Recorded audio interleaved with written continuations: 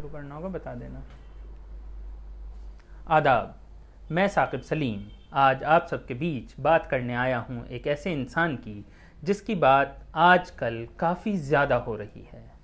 हाँ, ये बात सच है कि आज से कुछ साल पहले तक इस इंसान की बात हमारी तारीख़ की किताबों में या कहिए कि इतिहास की पुस्तकों में कम ही होती आई है, लेकिन पिछले कुछ दिनों में इनका नाम लेते हुए लोग कह रहे हैं कि इनका नाम सुभाष चंद्र बोस या महात्मा गांधी से कम लिया जाना गलत है।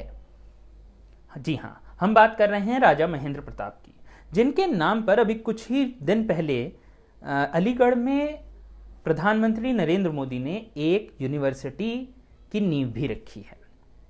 आमतौर पे लोगों को कम पता है, लेकिन हमें ये बुरा लगा, ये जानकर या ये देखकर बहुत बुरा लगा कि आमतौर पर अखबारों में, आमतौर पर टीवी चैनलों पर, आमतौर पर जगह जगह जहां पर भी इनकी बात की गई, इन्हें जाट राजा कहा गया।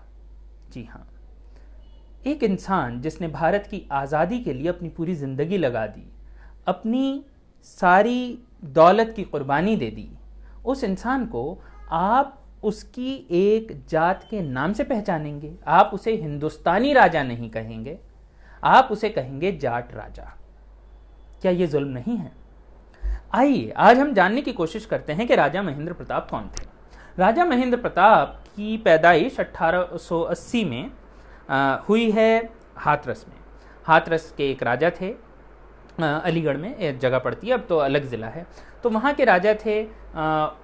शुरू की कहानी बड़ी दिलचस्प है कि कैसे एक राजघराने में वो पैदा हुए, माँ बाप थे तब भी एक दूसरे राजघराने में उनको 3 साल की उम्र में गोद लिया गया। उनके अब्बा जो थे राजा महेंद्र प्रताप के, घनश्याम थे, वो सर सैयद अहमद ख़ान के बहुत अच्छे दोस्त थे। तो इस वजह से जो इनका पहला एडमिशन दिया गया, जो पहली बार इन्हें एडमिशन कराया गया, वो 8 साल की उम्र में मोहम्मदन एंग्लो ओरिएंटल कॉलेज के स्कूल में कराया गया। मोहम्मदन एंग्लो ओरिएंटल कॉलेज ही वो कॉलेज है जिसका के आगे चलकर अलीगढ़ मुस्लिम यूनिवर्सिटी नाम रखा गया है सन 1920 के आसपास।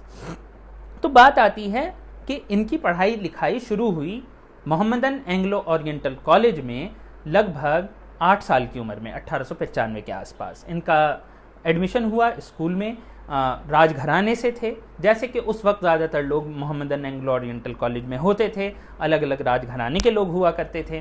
तो ये भी एक राजघराने के थे। 2 कमरों का एक बड़ा सा आलीशान घर था जिसमें ये रह रहे थे। इनके साथ 10 नौकर थे। आप सोचिए 8 साल के बच्चे के पास 10 नौकर थे। सर सैयद अहमद ख़ान खुद आते जाते इनसे पूछा करते थे कि बेटा पढ़ाई कैसी चल रही है, तुम्हारे अब्बा हमारे बहुत अच्छे दोस्त हैं, तुम्हें मन लगा के पढ़ना है। और लगभग इन्हें 3 ही साल हुए थे उस स्कूल में, तब सर सैयद अहमद ख़ान का इंतकाल हो गया। तो उस इंतकाल के बाद अगर हम उसके बाद देखें तो उसके बाद जो सैयद महमूद हैं, जो सर सैयद अहमद ख़ान के साहबजादे थे, उनका भी इनकी तरफ रवैया वही रहा। ये उनसे अलग से मिलते रहे।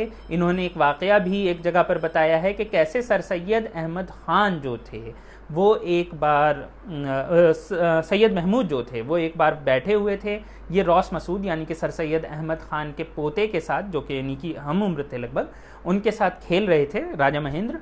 तो तब सैयद महमूद ने इन्हें बुलाया और इनसे कहा कि आप यहाँ आइए और आप हमारे पास बैठिए और आप समझिए कि रॉस मसूद और तुम दोनों मेरे बेटे जैसे हो, दोनों आपस में भाई हो। तो ऐसे ताल्लुकात थे सर सैयद अहमद ख़ान के घराने के और राजा महेंद्र प्रताप के घराने के। राजा महेंद्र प्रताप शुरू में पढ़ने में अच्छे तो थे, लेकिन बहुत अच्छे नहीं थे। धीरे धीरे पढ़ाई की ओर उनकी दिलचस्पी कम होती चली गई और 1907 के आसपास जब उन्होंने मोहम्मदन एंग्लो ओरिएंटल कॉलेज को आखिरकार छोड़ा, तब उन्होंने बिना बीए की डिग्री लिए ही उस कॉलेज को छोड़ दिया। लेकिन बहुत ही ज़हीन बच्चे थे और बाकी चीज़ों में बहुत जहानत थी। वो उसी दौरान 1905 के स्वदेशी आंदोलन, जबकि बंगाल का बंटवारा हो रहा था, तब से बहुत ज़्यादा इंटरेस्ट लेने लगे थे, बहुत ज़्यादा दिलचस्पी लेने लगे थे सियासत में। उन्होंने कांग्रेस के इजलास में जाना शुरू कर दिया था। कांग्रेस के इजलास में वो जाते थे, वहाँ पर उन्होंने बड़े बड़े जो मदन मोहन मालवीय, लाला लाजपत राय, इन सब लोगों से उनकी मुलाकात होने लगी थी। आर्य समाज के करीबी थे तो जाहिर सी बात है लाला लाजपत राय के और उनके साथियों के ज़्यादा करीबी थे। 1907 आते आते वो काफ़ी हद तक अगर देखा जाए तो कांग्रेस के बहुत करीबी हो चुके थे।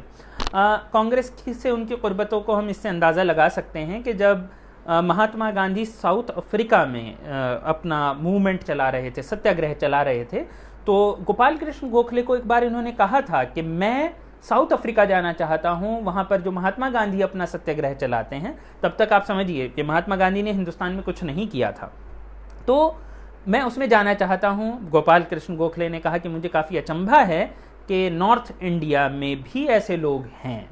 तो ये ऐसे मतलब इनकी दिलचस्पी काफ़ी ज़्यादा थी। गोपाल कृष्ण गोखले ने कहा कि आप वहाँ ना जाइए, इससे बेहतर है आप कुछ पैसे से मदद कर दीजिए, लेकिन आपकी अभी वहाँ ज़रूरत नहीं है। तो ऐसे में ये वहाँ पहुँचते हैं, इन्होंने वहाँ पर 1000 रुपये दिए और इस बीच इन्होंने और भी बहुत कुछ शुरू किया। इसमें सबसे दिलचस्प चीज़ है एज एजुकेशनिस्ट, यानी कि तालीम के लिए इनके जो काम हैं। तो उससे पहले ही 1907-8 के आसपास ये एक दुनिया के दौरे पर गए थे, जहाँ पर ये अलग अलग यूरोपियन कंट्रीज़ और एशियन कंट्रीज़ और हर जगह ये घूमे हैं। तो जब ये अलग अलग ममालिक में घूम रहे थे तो उस दौरान इन्होंने ये पाया कि हिंदुस्तान कहीं ना कहीं अपनी तालीम में पिछड़ रहा है। इस लिहाज में नहीं कि फ़लसफ़े में हम किसी से पीछे हैं, परेशानी ये उन्हें लगी कि कहीं ना कहीं वक्त के साथ हम जिसे कहते हैं टेक्निकल एजुकेशन में साथ नहीं आ पा रहे हैं। तो 1909 में इन्होंने एक बहुत बड़ा एक तरीके से जलसा किया मथुरा में। मथुरा में इनका घर होता था, इनकी ज़मीन जायदाद थी, सब कुछ था। तो हुआ ये कि इन्होंने सबको इनविटेशन कार्ड भेजा, सभी रिश्तेदारों को, नातेदारों को, दोस्तों को, कि आज बच्चे का नामकरण है। लोगों को लगा बच्चे का नामकरण होगा, सब लोग वहाँ पहुँच गए। कोई सोना चांदी मतलब गिफ्ट होते थे राजघरानों के, तो वो लेकर पहुँचे। जब पहुँचे यज्ञ हो गया, पूजा पाठ हो गई, बात हुई कि बच्चे का नामकरण होना है, बच्चा कहाँ है? तो इन्होंने कहा बच्चा जो है वो असल में मैंने एक इदारे की नींव रखने की सोची है। इदारे का नाम है प्रेम पॉलीटेक्निक, प्रेम महाविद्यालय पॉलीटेक्निक। ये एक पॉलीटेक्निक कॉलेज को मतलब अपने बेटे के तौर पर पेश किया इन्होंने। 1909 की बात है। इन्होंने अपना घर जो है पॉलीटेक्निक की बिल्डिंग के तौर पर दे दिया और उसके अलावा इन्होंने 5 अलग अलग गांव जो थे, जो इनकी जागीर का हिस्सा थे, वो उसके नाम कर दिए कॉलेज के। और ये कहा कि इससे जो पैसा आता है, सालाना जो इनकम होती है, जो लगभग 27,000 रुपया थी उस ज़माने में, 1909 में 27,000 रुपया सालाना बहुत बड़ी रकम थी। तो इन्होंने कहा कि ये सारी की सारी जो रकम है उससे ये कॉलेज चलेगा। वो देना तो अपनी पूरी जायदाद चाहते थे, लेकिन उस ज़माने का जो कानून था उसके हिसाब से, क्योंकि उनके बाप दादा की प्रॉपर्टी थी, उनके बाप दादा की जायदाद थी, तो वो सारी की सारी जागीर इस कॉलेज के नाम नहीं कर सकते थे। ये काफ़ी इंटरेस्टिंग किस्सा है। ऐसी चीज़ें चलती रहीं, ऐसी चीज़ें होती रहीं चारों तरफ हमारे। और उसके बाद जब हम देखते हैं कि 1909 के इस पूरी चीज़ के साथ ही कहीं ना कहीं ये साबित हो गया था कि राजा महेंद्र प्रताप राजपाट के चक्कर में नहीं पड़ेंगे। वो अपनी ज़िंदगी देश के नाम, लोगों के नाम करेंगे। इसी दौरान उन्होंने 1911-12 के आसपास एक मैगज़ीन शुरू कर दी, निर्बल सेवक, जिसमें कि उन्होंने पिछड़े गरीब लोगों की आवाज़ उठानी शुरू करी। ये उर्दू और हिंदी दोनों में छपा करती थी, देहरादून से। यहाँ पर एक और तलब बात और है कि इन्होंने उसी दौरान एक आवाज़ उठाई जो उस ज़माने में, आप समझिए, गांधी तब तक हिंदुस्तान में अपना काम शुरू नहीं किया। गांधी का हरिजन सेवक संघ उस वक्त तक हिंदुस्तान में नहीं है, हम उससे पहले की बात कर रहे हैं। ये उससे पहले ये कदम उठा चुके थे कि मैं सिर्फ उस इंसान को नौकरी दूंगा जो इस बात की शपथ लेगा कि वो जात पात को नहीं मानेगा और वो लोगों के बीच, मतलब जिसे कहते हैं ना छुआछूत, वो नहीं करेगा। आप समझिए, राजा महेंद्र प्रताप काफ़ी पहले, मतलब आप देख रहे हैं, आपको आमतौर पे लोग कहते हैं कि अंबेडकर ने किस सन में शुरू किया, तो गांधी ने किस सन में शुरू किया, लेकिन आप थोड़ा और पीछे चलिए, ये इंसान 1909-1910 में ये बातें कर रहा है। इनका रेडिकल स्टैंड आप इससे समझ सकते हैं कि जब ये अपनी माँ के साथ और बाकी लोगों के साथ, दीगर लोगों के साथ 1909 के आसपास ये द्वारका गए थे दर्शन के लिए। तो बाकी जैसे ही ये ट्रेन से उतरे, राजघराना था, ट्रेन से सब लोग उतर रहे थे, पुरोहित वहाँ पर मौजूद थे। पुरोहित ने ऐसे ही पूछा कि तुम्हारी जात क्या है? तो इन्होंने कहा कि मैं दलित हूँ, मतलब एक दलित जात का नाम लिया। इन्होंने कहा मैं इस जात से हूँ। पुरोहित ने एकदम कहा, तो तब तो तुम मंदिर में कैसे आ सकते हो? तो इन्होंने कहा, मुझे मंदिर में जाना भी नहीं है। इनकी माँ और बाकी दीगर लोग, वो लोग दर्शन करने गए, लेकिन ये दर्शन करने नहीं गए। उसके बाद शाम के वक्त ये बड़ौदा के, वो जगह बड़ौदा की मतलब जागीर हुआ करती थी, तो बड़ौदा के जो दीवान थे, जो प्राइम मिनिस्टर होते थे, ये उनके यहाँ खाना खा रहे थे। पुरोहित भी वहाँ पर मौजूद थे, जो संचालक हुआ करते थे तो मंदिर के, तो वो भी वहाँ मौजूद थे। बड़ौदा के दीवान ने कहा कि देखिए, ये हमारे राजा साहब हैं, राजा महेंद्र, और आप इनको भी दर्शन कराइए। राजा महेंद्र ने कहा, मैं दर्शन नहीं करूँगा, मैं ऐसे मंदिर में दर्शन नहीं करने वाला हूँ जहाँ पर के सारे इंसानों को बराबरी से ना मानने वाले लोग पहरेदार बनकर बैठे हुए हैं, और भगवान और उसको मानने वालों के बीच में कुछ लोग दीवार बन के खड़े हो गए हैं। पहले इस दीवार को हमें ख़त्म करना होगा। तो ये बातें उन्होंने बहुत पहले से कहनी शुरू कर दी थी। मतलब ये अगर देखा जाए तो ये महात्मा गांधी से पीछे से चला आ रहा है। तो ये समझ, मैं ये सब क्यों बता रहा हूँ? मैं ये समझने के लिए बता रहा हूँ कि किस ज़माने में ये इंसान ये बातें कर रहा है। मतलब जब हम देखते हैं कि थॉट प्रोसेस, तो कई बार हम कहते हैं कि गांधीवादी हैं, कुछ लोग कह देते हैं कि मार्क्सिस्ट हैं, लेकिन ये सारी बातें 1917 की रशियन रेवोल्यूशन से पहले की हैं, ये सारी बातें गांधी जी से पहले की हैं, ये सारी बातें उनसे पहले की हैं। ठीक है, ये बातें मतलब आप समझ सकते हैं कि इनके अपने विचार भी इसमें कहीं ना कहीं शामिल हैं। 1912-13 ये वो वक्त है जबकि अगर देखा जाए तो इनकी जो ये पॉलिटेक्निक है और इनका जो एक अखबार है, उसमें जो लोग काम कर रहे थे वो आगे चलकर हमारे देश के बड़े बड़े नेता बने हैं। बड़े बड़े नेता इस सेंस में नहीं कि उन्होंने चुनाव लड़ा, जिन्होंने आज़ादी की जंग लड़ी। इनके पॉलिटेक्निक में एक इंसान पढ़ाते थे, अबोनी मुखर्जी। आप कभी जाकर गूगल सर्च कीजिएगा, आपको पता चलेगा ये इंसान बाद में गदर मूवमेंट से लेकर किस तरीके से बाद में रशिया तक गया, एमन रॉय के साथ खड़ा हुआ, लेनिन के साथ कंधे से कंधा मिलाया, और कैसे हिंदुस्तान की जंग आज़ादी में उसने क्या रोल अदा किया। एक दूसरे इंसान थे इनके, हरीश चंद्र, जो कि इनके एक सेक्रेटरी टाइप भी होते थे। आगे चलकर मैं उनके बारे में और भी बताऊंगा। तो हरीश चंद्र बाद में एक और नाम से मशहूर हुए, स्वामी श्रद्धानंद। आप सबने ये नाम सुना होगा। तो ये सब लोग मतलब एक तरीके से खुद जो कर रहे थे वो कर रहे थे। ये जो लोग जो देश की आज़ादी के लिए, मुल्क की आज़ादी के लिए जो बाद में जंग लड़ी जा रही है, उसमें लोगों को आगे भी बढ़ाया है। तो 1914 में जब ये खबर आई कि यूरोप में जंग छिड़ गई है, उस वक्त ये देहरादून में थे। देहरादून से इन्होंने अपने लोगों को कहा कि मुझे ये देखना है कि जंग कैसे हो रही है, सच्चाई क्या है इस जंग की, मुझे जानना है। ये वहाँ से आए, मेरठ आए। मेरठ में कमिश्नर से इनकी थोड़ी तू मैं हुई। कमिश्नर ने कहा कि तुम बड़ा अंग्रेज़ों के ख़िलाफ़ लिख रहे हो, तुम बड़ा सरकार के ख़िलाफ़ लिख रहे हो, हम तुम्हें देख लेंगे। ये उसके बावजूद ये वहाँ से निकले। इनके पास पासपोर्ट नहीं था क्योंकि पासपोर्ट जारी नहीं किया था कमिश्नर ने। तो ये वहाँ से निकले, बम्बई आए। बम्बई में इन्हें कहा गया, पहले इन्हें पता था कि बिना पासपोर्ट के कहीं नहीं जा पाएंगे। ये अपने साथ हरीश चंद्र यानी कि स्वामी श्रद्धानंद को ही लेकर गए थे, और उनके बीच एक करार भी हुआ था। मतलब स्वामी श्रद्धानंद एक तरीके से इनके सेक्रेटरी थे। तो ये उन्हें साथ लेकर वहाँ पहुँचे, और ये उन्हें वहाँ पर साथ लेकर पहुँचे, और वहाँ से ये जब वहाँ पर पहुँच गए तो वहाँ पर इन्हें पता चला कि इनके पास पासपोर्ट नहीं है। लेकिन थॉमस कुक कंपनी के जो नुमाइंदे थे उन्होंने कहा कोई बात नहीं, आप हमें इतना पैसा दीजिए, बिना पासपोर्ट के हम पहुँचा देंगे। तो ये यूरोप पहुंच गए। यूरोप जब ये पहुंचे तो वहाँ पर इनकी मुलाकात, ये सबसे पहले लंदन, जेनेवा, इस जगह पर पहुंचे। जेनेवा में इनकी मुलाकात हुई श्यामजी कृष्ण वर्मा से। श्यामजी कृष्ण वर्मा उस वक्त तक बहुत ही बड़ा नाम थे।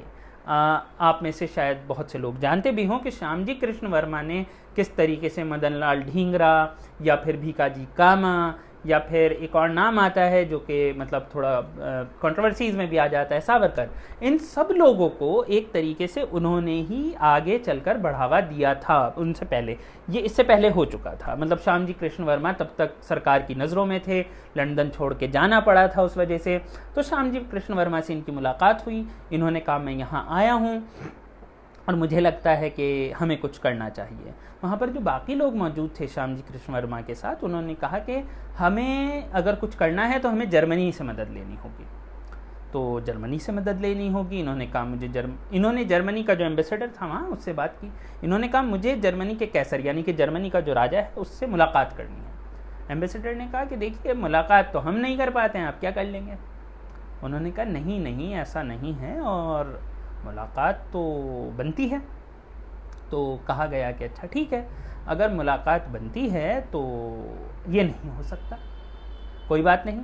फिर चट्टोपाध्याय साहब मिले, मतलब सरोजिनी नायडू के भाई, उनसे इनकी मुलाकात हुई। उन्होंने कहा कि कैसे नहीं मिलेंगे, कैसा, आप इतनी दूर से आए हैं, हम लोग इतना सब कुछ करना चाहते हैं, कैसर मिलेंगे, चलिए जर्मनी चलते हैं। तो ये लोग बर्लिन पहुँचे। जब ये लोग बर्लिन पहुँचे तो वहाँ पर चांसलर से भी मुलाकात हुई और वहाँ पर इनकी मुलाकात कैसर से भी हुई। कैसर ने खुद इनसे मुलाकात करी, इनकी बातों से वो काफ़ी, मतलब जिसे कहते हैं काफ़ी हद तक इम्प्रेस हो गए और उन्होंने इन्हें कुछ खुतूत दिए, कुछ लेटर्स दिए अलग अलग।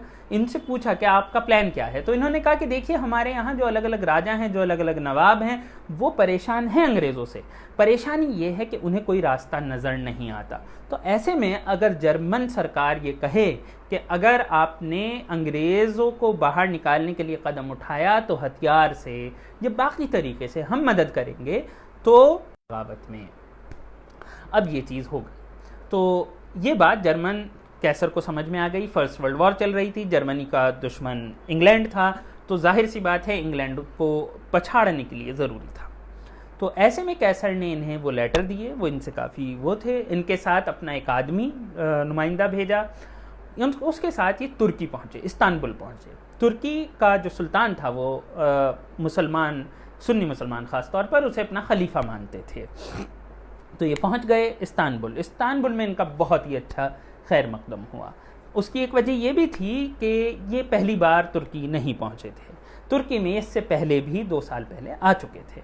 तुर्की में ये आए थे इसलिए क्योंकि पिछली बार बाल्कन वॉर, जिसे बैल्कन वॉर्स के नाम से कहा जाता है, ये उस दौरान वहाँ पर पहुँचे थे हिंदुस्तानी नुमाइंदे के तौर पर। आम तौर पर एक जो नई समझ है हिस्ट्री की हमारे देश में, वो ये बन चुकी है कि तुर्की का साथ देने वाले लोग मुसलमान थे, बाकी लोगों को उससे मतलब नहीं था, या फिर बाल्कन वॉर्स में जो लोग गए वो मुसलमान थे। ऐसा नहीं है। राजा महेंद्र प्रताप उस पहली जो डेलीगेशन है जिसके सदर, जिसके सरगना हमारे मुख्तार अहमद अंसारी, हमें अंसारी साहब थे, वो उसके साथ वहाँ पर पहुँचे थे पिछली बार तुर्की में। तब भी वो इस्तांबुल गए थे, तब भी वहाँ के सरकारी लोगों से मिले थे। वहाँ पर उन्होंने कहा था कि हम लोग आपकी जैसे भी मदद कर सकते हैं हम करेंगे। तो तुर्की वाले उन्हें अपना दोस्त मानते थे और वो जानते थे कि ये इंसान हमारा है, हमारा दोस्त है, ये दुश्मन नहीं है, या ये सिर्फ इसलिए नहीं आया कि आज इसे हमारी ज़रूरत है। जब हमें ज़रूरत थी तब भी आदमी आ गया था। ये एक ज़रूरी बात थी। तो उनके अंदर उन्हें कॉन्फिडेंस भी था। तो उनका एक अच्छा खैर मकदम हुआ। एक बहुत बड़ी चीज़ कि खलीफा, जो बहुत कम लोगों से ऐसे मिला करते थे नॉर्मली, मतलब आप समझ सकते हैं खलीफा खामखा किसी से क्यों, कोई सुल्तान, कोई प्रेसिडेंट, कोई प्राइम मिनिस्टर खामखा नहीं मिलता है, लेकिन इनसे मिले, इनसे बातचीत हुई। इनके साथ एक और इंसान थे, मतलब उसके अलावा शेखुल इस्लाम, जो कि एक तरीके से स्पिरिचुअल हेड कहे जा सकते हैं ऐसे, उनसे भी मुलाकात हुई। उन लोगों ने इन्हें ख़त दिए। शेखुल इस्लाम ने एक फ़तवा दिया। ख़त फिर से 26 स्टेट्स के नाम थे और ये ख़त जो जर्मनी में भी दिए गए और यहाँ पर भी, इसमें एक ख़त अफ़गानिस्तान के राजा अमीर हबीबुल्ला के नाम भी दिया गया। इसमें कहा गया अमीर हबीबुल्ला को कि अगर आप हिंदुस्तान के में जो अंग्रेज़ फ़ौज है उसके ख़िलाफ़ अगर आप जंग छेड़ दें तो हम आपका साथ देंगे। ये बहुत इम्पॉर्टेंट चीज़ थी। ये किस लिए इम्पॉर्टेंट है, अब आपको थोड़ा सा मैं इस नज़रिए से बताऊंगा कि आम तौर पर जब हिंदुस्तान में देखा जाता है कि खिलाफत मूवमेंट क्या चीज़ है, तो हम बहुत से लोगों का नाम सुनते हैं। जैसे हम बात करते हैं मौलाना महमूद की, हम बात करते हैं उबैदुल्ला सिंधी की। तो आप इस पे गौर कीजिएगा कि इनमें से जितने लोग हैं, ये नुमाइंदे अगर किसी के हैं या फिर अगर इनकी किसी से राब्ता चल रहा है, अलाइंस चल रहा है, तो वो ज़्यादातर तुर्की की सल्तनत के अलग अलग गवर्नर्स हैं। कोई हिजाज़ के गवर्नर से बात कर रहा होगा, कोई कहीं और के गवर्नर से बात कर रहा होगा, लेकिन सुल्तान से सीधी मुलाकात करके, सीधा उसके लेटर के लेकर सीधा उसका नुमाइंदा बनने का काम ये राजा महेंद्र कर रहे हैं। राजा महेंद्र प्रताप का जो रोल है, अगर आप खिलाफत मूवमेंट, खिलाफत तहरीक के हिसाब से देखें, अगर आप तो खलीफा के हिसाब से देखें, तो वो बाकी पूरे खिलाफत मूवमेंट से अगर बड़ा नहीं भी मैं कहूँ तो कम तो नहीं था। तो ऐसे में आपको ये समझना होगा कि अगर खिलाफत को बचाने के लिए हिंदुस्तान से किसी ने सबसे बड़ा कदम उठाया तो वो राजा महेंद्र प्रताप ही थे। ये मैं कहने में मतलब मुझे कोई ख़ास ज़्यादा गुरेज नहीं है। हो सकता है कि, और मैं ये नहीं कह रहा हूँ कि किसी और ने कम किया, लेकिन इनका जो रोल है वो किसी से कम तो नहीं था। उसके बाद ये वहाँ से चले, वहाँ से जो इनका पहुँचने का रास्ता है अफ़गानिस्तान तक, वो बहुत ही मतलब जैसे हम याद करते हैं कि सुभाष चंद्र बोस 90 दिन तक एक पनडुब्बी में रहे, ये उससे कम जिसे कहते हैं हैरत अंगेज़ नहीं है। ये रेगिस्तान, समंदर, पहाड़, हर रास्ते को होते हुए अपने लोगों के साथ, जिसमें एक मौलाना बरकतुल्लाह भी शामिल थे जो जर्मनी से इनके साथ थे, एक जर्मनी का नुमाइंदा था, एक तुर्की का नुमाइंदा था, और उसके अलावा 7 आफरीदी पठान सिपाही थे जो कि पहले अंग्रेज़ी फ़ौज में थे और जिन्हें जंगी बंदी बना लिया गया था, जो इन्हें तुर्की से साथ में मिल गए थे। तो वो लोग, ये उन लोगों को साथ लेकर चले। ये बहुत मतलब रास्ते में इन्हें डाकू मिल रहे हैं, रास्ते में हमला हो रहा है, कहीं पर फ़ौज हो रही है, कहीं पर गोलियां चल रही हैं, रसद ख़त्म हो जाती है, लेकिन ये आखिर में हेरात पर पहुंच जाते हैं। हेरात जो कि अफ़गानिस्तान में है। हेरात के गवर्नर को जाकर, पहले मौलाना बरकतुल्लाह आगे हैं, वो जाकर गवर्नर को इत्तला करते हैं कि हमारा एक डेलीगेशन है जिसमें एक राजा महेंद्र हैं जो कि तुर्की के सुल्तान यानी कि खलीफा और कैसर जर्मनी के, इन दोनों के नुमाइंदे के तौर पर अफ़गानिस्तान में आए हैं, तो आप क्या करेंगे। तो हेरात के गवर्नर ने इनका खैर मकदम किया, बहुत ज़बरदस्त खैर मकदम हुआ, जिसके बारे में ख़ुद राजा महेंद्र ये लिखते हैं कि हमें अच्छे अच्छे खाने दिए गए, हमारे कपड़े फट गए थे इतने लंबे सफ़र के बाद, हमें नए कपड़े दिए गए, हमसे बहुत अच्छा सलूक हुआ, हमें जो अपनी मसाजिद थी उनमें ले जाया गया और उन्होंने हमें मसाजिद दिखाई, और जब हम अंदर घुसने की बात आई तो उन्होंने हमसे कहा कि आपको जूते उतारने की ज़रूरत नहीं है, आप हमारे मेहमान हैं। तो उन्होंने काफ़ी अचंभा भी जाहिर किया कि हिंदुस्तान में ऐसा नहीं होता है कि मस्जिद में आप बिना जूते के जाने की सोच भी लें, मतलब जूता पहने पहने जाने की सोच भी लें, लेकिन अफ़गानिस्तान में उनसे ये कहा गया कि आप हमारे मेहमान हैं। तो वो काफ़ी अचंभे में थे, मतलब वो काफ़ी जिसे कहते हैं इम्प्रेस भी थे इस चीज़ से कि क्या ये कैसी मेहमान नवाजी है। तो ये उसी बीच ये 2 अक्टूबर सन 1915 को ये आखिरकार काबुल पहुँचे। अमीर हबीबुल्लाह से इनकी मुलाकात भी हुई। वहाँ पर दूसरी ओर से हिंदुस्तान से, और उन्हें कोई इनका इल्म नहीं था, इन्हें उनका इल्म नहीं था, लेकिन उबैदुल्लाह सिंधी और इन सब का जो गुट था वो पहले ही काबुल में पहुंच चुका था। उनकी तब तक मुलाकात अमीर हबीबुल्लाह से नहीं हुई थी, लेकिन वो भी वहाँ पर थे। तो इस बीच ये वहाँ पहुँचे, इन्हें पता चला कि वहाँ पर एक और ग्रुप इंडिया से आया हुआ है जिसमें कि उबैदुल्लाह सिंधी हैं और भी दीगर लोग थे। तो वो लोग दूसरे रास्ते से आए हैं, कुछ गदर पार्टी के लोग भी आए हुए हैं, कुछ रेशमी रुमाल जिनको हम कहते हैं, या फिर देवबंदी उलेमा यानी कि उबैदुल्लाह सिंधी, ये लोग भी आए हुए हैं। तो ये वहाँ पर पहुँचे, इन्होंने अमीर हबीबुल्लाह से बात करी। ये उसके बारे में लिखते हैं कि अगर अमीर हबीबुल्लाह से जो बातचीत इनकी और बरकतुल्लाह की हुई, अगर उस बातचीत को सही से लिखा जाए तो वो ऐसा था जैसे मोल भाव। वो ऐसी बात थी कि अच्छा हम इतना कर सकते हैं, नहीं नहीं हम इतना करेंगे, नहीं नहीं ये हो सकता है, नहीं नहीं वो हो सकता है, अच्छा अगर ये मिल गया तो ये करेंगे। तो उनका कहना है कि बड़ी मुश्किल से ये चीज़ें तय हुई कि अच्छा ठीक है, कुछ रोज़ इंतज़ार करते हैं कि क्या माहौल बनता है। और इस बीच अलग अलग कंट्रीज़ में, जैसे कि रशिया है, जैसे चाइना है, या फिर और दीगर मुल्क थे आसपास, तो उनको अपना डेलीगेशन भेजने की इजाज़त हो।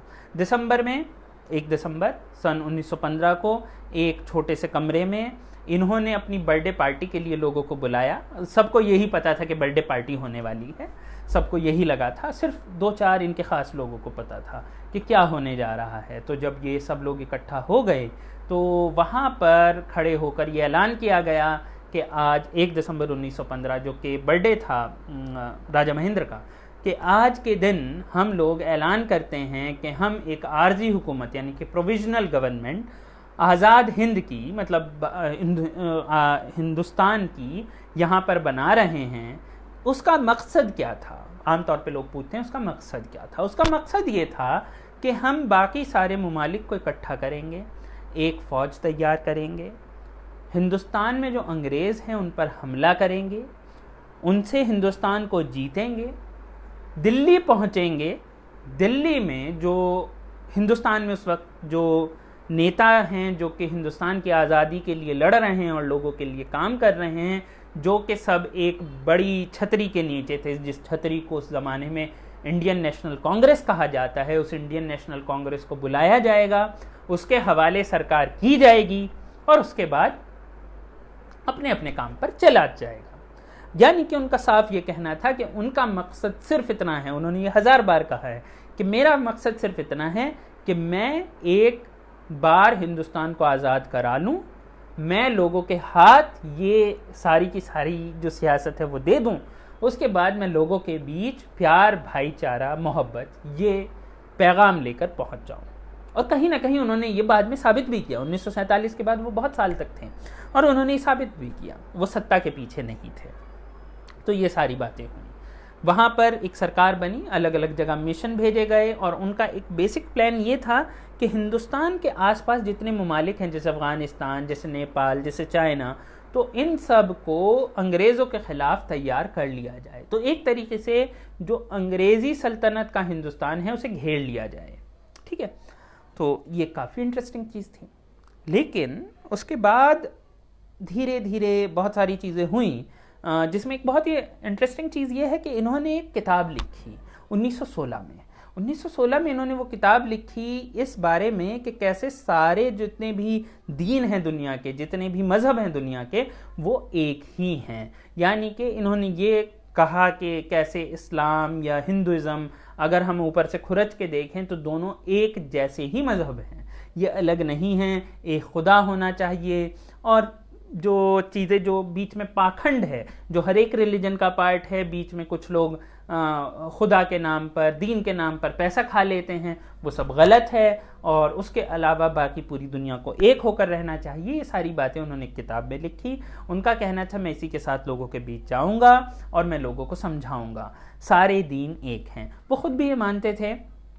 काफ़ी कुछ है उनके लिए कि वो चर्च भी जाते थे, गिरजा जाते थे, वो गुरुद्वारे जाते थे, वहाँ पर इबादत करती थी। ये नहीं कि जाते थे जैसे आजकल कुछ लोग हैं फैशन में चले जाते हैं, सेल्फी खींच के आ जाते हैं कि मंदिर में चले गए, गुरुद्वारे में चले गए, ऐसा नहीं। वो प्रॉपर इबादत, जो तरीक़ा था वो उन्होंने सीखा, उन्होंने इबादतें की, उन्होंने नमाज तक ज्वाइन करी, बाकायदा उन्होंने उसका जिक्र किया है अपनी किताबों में कि कैसे उन्होंने ईद की नमाज में वो थे। तो ऐसी ऐसी चीज़ें उन्होंने वहाँ पर की। वो मुसलमानों की तरीक़े से भी इबादत कर लेते थे, सिख तरीक़े से भी, हिंदू तरीक़े से भी, या क्रिश्चियन तरीक़े से भी, या बुद्धिस्ट तरीक़े से भी। तो क्योंकि उनका ये मानना था कि ये सब अलग है ही नहीं, ये खामखा की बात है। उन्होंने एक जगह ये भी लिखा है कि जब उनसे मंगोलिया में ये पूछा गया कि तुम क्या मुसलमान हो, तो उन्होंने कहा कि मैं जो भी हूँ, मेरा दीन जो भी है, लेकिन इस्लाम भी मेरा दीन है। या फिर एक दूसरी जगह उन्होंने कहा है कि जो लोग ये कहते हैं कि हिंदुइज़्म अलग है, इस्लाम अलग है या सिखिज़्म अलग है, वो लोग अंग्रेज़ों के एजेंट हैं, वो लोग हमारे साथ नहीं हैं क्योंकि वो हमें नुकसान पहुंचा रहे हैं। तो ये सारी बातें अगर हम दूर से देखें तो हमें समझ में आएगी कि राजा महेंद्र का जो एक नज़रिया है वो सिर्फ इतना नहीं है जैसा कि मतलब बहुत से लोगों का सिर्फ एक छोटा सा नज़रिया हो कि मतलब हमें हमला करना है, जीत लेना है। उनका एक पूरा नज़रिया है कि कहाँ पर क्या होगा, लोग कैसे रहेंगे, मिलजुल कर रहेंगे, डेवलपमेंट कैसे होगा, छुआछूत नहीं होगी। इस सब के बीच, इन सारी चीज़ों के बीच जो एक मज़ेदार बात हुई, हाँ इसमें एक इम्पॉर्टेंट चीज़ ये है, बहुत से लोग कई बार सवाल करते हैं कि इनका रोल था क्या। तो और कई बार रेशमी रुमाल तहरीक की बात आती है, तो रेशमी रुमाल तहरीक में जो ख़त पकड़े गए हैं उसमें बाकायदा उबैदुल्ला सिंधी साहब ने ये बात कही है कि यहाँ पर मौलाना बरकतुल्लाह और राजा महेंद्र जो कि आए हैं जर्मनी और तुर्की होते हुए, वो तुर्की के सुल्तान के नुमाइंदे के तौर पर आए हैं। उन्होंने हमसे कहा कि हम अपनी सरकार, हमारी सरकार का हिस्सा बनो। मुझे उनकी बात अच्छी लगी, मैंने उनका इनविटेशन मान लिया है और मैं अब उसमें होम मिनिस्टर हूँ। तो इनका जो रोल है वो बहुत सेंट्रल है, ठीक है। लेकिन उस बीच क्या हुआ हम सब जानते हैं कि अंग्रेज़ फ़ौज जीतने लगी, धीरे धीरे तुर्की हारने लगा, जर्मनी हारने लगा। और इस सब चीज़ के बीच में अमीर हबीबुल्लाह जो था उसके साथ भी, मतलब उसकी सरकार भी गिर गई। ये सारी चीज़ें होते हुए जो राजा महेंद्र थे, राजा महेंद्र को बहुत सारी बातें, मतलब दुनिया में, मतलब बहुत सारी चीज़ें थी, उन्होंने हिसाब लगाया और उन्होंने सोचा कि क्या किया जाए। कहीं ना कहीं मतलब वो अफ़गानिस्तान को अपनी एक वतन के तौर पर देखना शुरू वो कर चुके थे, अपना मुल्क मानते थे। उन्होंने लिखा है मेरी अडॉप्टेड कंट्री, अपनी अडॉप्टेड कंट्री यानी कि गोद लिया हुआ मुल्क था वो उनके लिए। तो वो वहाँ की भी सियासत में दिलचस्पी लेने लगे थे। तो फिर धीरे धीरे धीरे धीरे वो वहाँ से उन्होंने एक नया तरीक़ा शुरू किया। वो फिर पूरे दुनिया में फिर घूमने लगे, हिंदुस्तान की आज़ादी का पैगाम लेकर वो यूएसए गए। काफ़ी मज़ेदार चीज़ है कि वो यूएसए गए, किस तरीके से मौलाना बरकतुल्लाह के साथ गए। मौलाना बरकतुल्लाह वहाँ जाकर, वो पहले से ही बीमार थे, वहाँ जाकर मौलाना बरकतुल्लाह का इंतकाल हो गया। मौलाना बरकतुल्लाह जो थे उनका जो जनाज़ा है वो उसमें नमाज जनाजा तो हुई, लेकिन बाकी भी जो रीति रिवाज थे हिंदूज़ के या सिख्स के वो भी पूरे तौर पर किए गए। ये ऐसा लिखा है राजा महेंद्र ने। तो राजा महेंद्र उस ज़माने में पैन एशियन मूवमेंट भी चला रहे थे। उनका ये था कि जितने भी एशियन ममालिक हैं, एशिया के जितने ममालिक हैं, वो एक जगह हो जाएं, वो अंग्रेज़ी ताकतों के ख़िलाफ़ एकजुट हो जाएं। तो वो चाइना में, जापान में जा रहे थे, रास बिहारी बोस से मिल रहे थे जो जापान में थे, और वहाँ के राजा से मिल रहे थे, चाइना से मिल रहे थे। और 1926 में जब वो जापान में थे पैन एशियन एक कॉन्फ्रेंस कराने के लिए, तो बाकायदा उन्हें अंग्रेज़ सरकार के कहने पर गिरफ़्तार भी किया गया और बाकायदा दुनिया भर के अखबारों में आया कि अफ़गान नेशनल राजा महेंद्र प्रताप को गिरफ़्तार कर लिया गया है। अफ़गान नेशनल, आप ध्यान रखिए। तो ये सारी चीज़ें हो रही थी। दूसरी तरफ ये हर एक मुल्क में एक अफ़गान नुमाइंदे के तौर पे जाते थे। जो वहाँ का बादशाह अमानुल्लाह था, वो कहीं ना कहीं मतलब वो इसके नुमाइंदे से ज़्यादा ये उसके दोस्त समझे जाते थे।